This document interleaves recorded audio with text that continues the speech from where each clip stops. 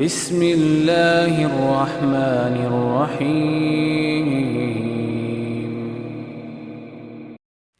بسم اللہ الرحمن الرحیم الحمدللہ والصلاة والسلام علی رسول اللہ رب اشرح لی صدری ویسر لی امری واحلل عقدۃ من لسانی یفقہوا قولی۔ رب چاہی زندگی یا من چاہی زندگی؟ اللہ سبحانہ وتعالیٰ نے کیا فرمایا؟ اِنَّا هَدَيْنَاهُ السَّبِيلَ إِمَّا شَاكِرًا وَإِمَّا كَفُورًا، 29واں پارہ سورۃ دہر اور آیت نمبر 3۔ ہم نے اسے راہ دکھا دی، اب وہ خواہ شکر گزار بندہ بنے یا ناشکرہ۔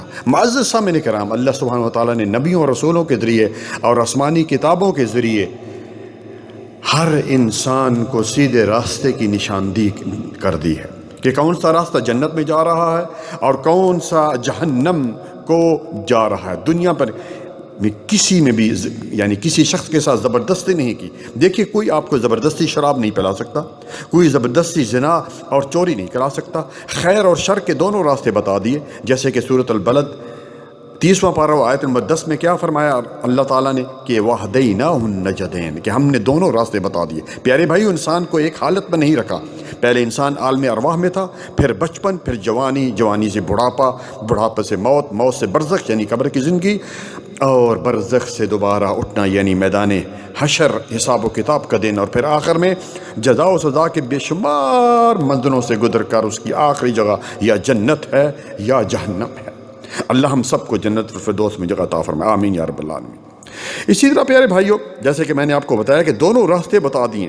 توحید پر زندگی گزری ہوگی، اللہ سبحانہ و تعالیٰ اور اس کے رسول صلی اللہ علیہ وسلم کی اطاعت کی ہوگی، یہ جنتی راستہ ہے، اور شرک بدعت اور اللہ تعالیٰ اور اس کے رسول کی نافرمانی جہنم کا راستہ ہے۔ یاد رکھیں، اس دنیا میں ہماری رب چاہی زندگی ہونی چاہیے، اور اس دنیا میں ایک مومن جیل کی طرح، جس طرح کائنات کے امام جناب محمد رسول اللہ سب کے ہیں صلی اللہ علیہ وآلہ وسلم نے فرمایا الدنیا سجن المؤمن و جنت الکافر، مسلم حدیث نمبر 2956، کہ دنیا مومن کے لیے ایک جیل خانہ ہے اور کافر کے لیے جنت ہے۔ مجھے بتائیے ذرا کہ جیل میں آدمی اپنی مرضی کی زندگی گزار سکتا ہے؟ پیارے بھائیو، قیامت کا دن ہوگا اور پوچھا جائے گا ایک شخص سے قال کم لبستم فی الارض عدد سنین، دنیا میں کتنا برس رہے؟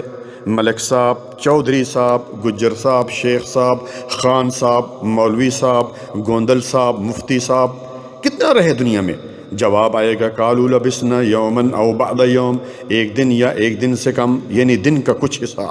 سورۃ المؤمنون آیت نمبر 112 اور 113، اور سورۃ نازیات کی آخری آیت میں بھی اللہ تعالیٰ نے کیا فرمایا؟ کأنہم یوم یرونہا لم یلبثوا الا عشیۃ او ضحاہا، یعنی دن کا اول حصہ یا آخری حصہ ہی دنیا میں رہے۔ یہ اس لیے کہ میرے پیارے بھائیوں اور قابل احترام بہنوں، قبر کی ہزاروں سال کی زندگی اور روز محشر کا ایک دن 50,000 کا دن، دنیا کی زندگی اس کے سامنے ایسے لگے گی جیسے ایک دن یا کچھ حصہ یعنی دنیا میں آئے اور چلتی۔ اب فیصلہ آپ کو کرنا ہے کہ اس ایک دن یا دن کے کچھ حصہ کا وقت من چاہی زندگی گزارنی ہے یا رب چاہی زندگی گزارنی ہے۔ اس 60 یا 70 سال کی زندگی کو بنانے کے لیے من چاہی زندگی گزری تو پھر میرے بھائی اس ابدی زندگی کو تباہ کر دیا۔ پیارے بھائیوں اور قابل احترام بہنوں، اللہ سبحانہ و تعالیٰ کو راضی کر لو، وہ ناراض ہو گیا تو خسروا فی الدنیا والآخرہ، یعنی دنیا اور آخرت دونوں تباہ۔ ہمیں بڑی فکر ہے بیوی ناراض نہ ہو جائے، میرا بیٹا یا بیٹی ناراض نہ ہو جائے، میرا افسر یا باس ناراض نہ ہو جائے، لیکن کتنے لوگوں کو اس بات کی فکر ہے کہ میرا اللہ، میرا رب العالمین مجھ سے ناراض ہے یا راضی ہے؟ ماضی میں ہم سے جو کوتاہیاں ہوئیں ان پر ہم افسوس کریں، اپنے گناہوں پر آنسو بہائیں۔ جب ہمارا رب ہم پر اتنا مہربان ہے کہ میں اتنا مہربان نہیں، تو میرے بھائی اس کی بات ماننی چاہیے۔ آخری چند آیت نصیحتیں کر کے بات کو ختم کروں گا۔ نمبر 1، عقیدے کی اصلاح کریں۔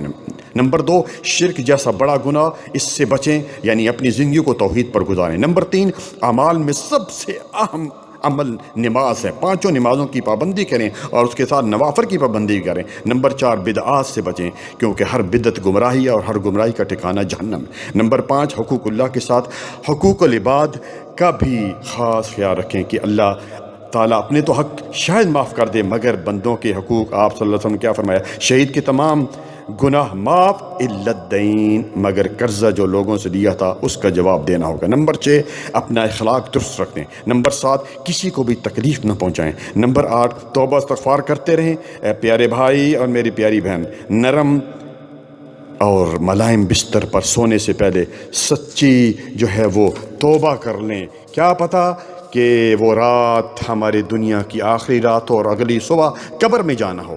کتنے لوگ ہیں رات کو صحیح سلامت سوتے ہیں اور صبح ایک لاش میں تبدیل ہو جاتے ہیں اور انہیں جو ہے وہ کدھر قبرستان پہنچا دیا جاتا ہے۔ اگر رب چاہے زندگی گزری ہوگی تو اللہ تعالیٰ کے ساتھ، یعنی اللہ تعالیٰ کے ساتھ کسی کو شریک نہیں کیا ہوگا۔ شرک سے بچنا ہے بھائیو، یہ سب سے بڑا گناہ ہے۔ اگر شرک کی حالت میں موت آ گئی تو ہمیشہ کے لیے جہنم ہے۔ ہر قسم کی عبادات اللہ تعالیٰ کے لیے خاص کی ہوں گی تو پھر اللہ تعالیٰ کا وعدہ ہے وَلَكُمْ فِيهَا مَا تَشْتَهِي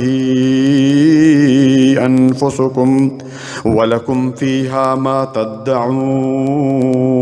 سورۃ حامیم سجدہ کی آیت نمبر 31 کیا فرمایا؟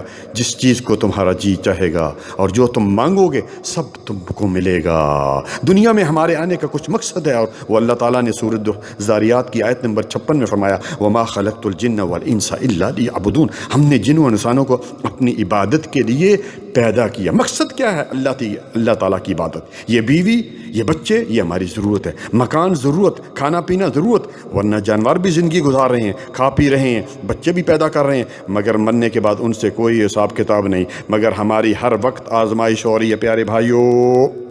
اللہ تعالیٰ نے صحت دی ہے تو یہ آزمائش کا ایک پرچہ ہے۔ اللہ تعالیٰ نے اولاد دی ہے تو یہ آزمائش کا دوسرا پرچہ ہے۔ اللہ تعالیٰ نے مال و دولت دی ہے تو یہ آزمائش کا تیسرا پرچہ ہے۔ اور اللہ تعالیٰ نے سورۃ التکاثر میں کیا فرمایا؟ ثم لتسألن یومئذ عن النعیم۔ پھر اس دن تم سے ضرور کیا ہوگا؟ ضرور نعمتوں کے بارے میں سوال ہوگا۔ اللہ تعالیٰ ہمیں معاف فرما دے، اللہ تعالیٰ ہمیں اپنے عبادت گزار بندہ بنا لے، آمین یا رب العالمین۔ ربنا تقبل منا انک انت السمیع العلیم وتب علینا انک انت التواب الرحیم۔